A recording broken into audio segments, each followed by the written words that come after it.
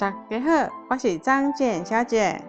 5月节要到咯，不过阮家无肉粽，不要紧，咱来去菜市仔买。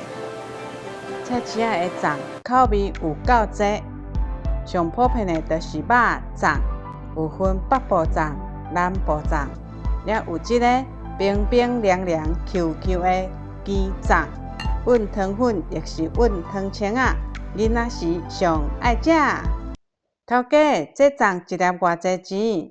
即马大概60到80元，包大干贝的可能要破百，可能要破百哦。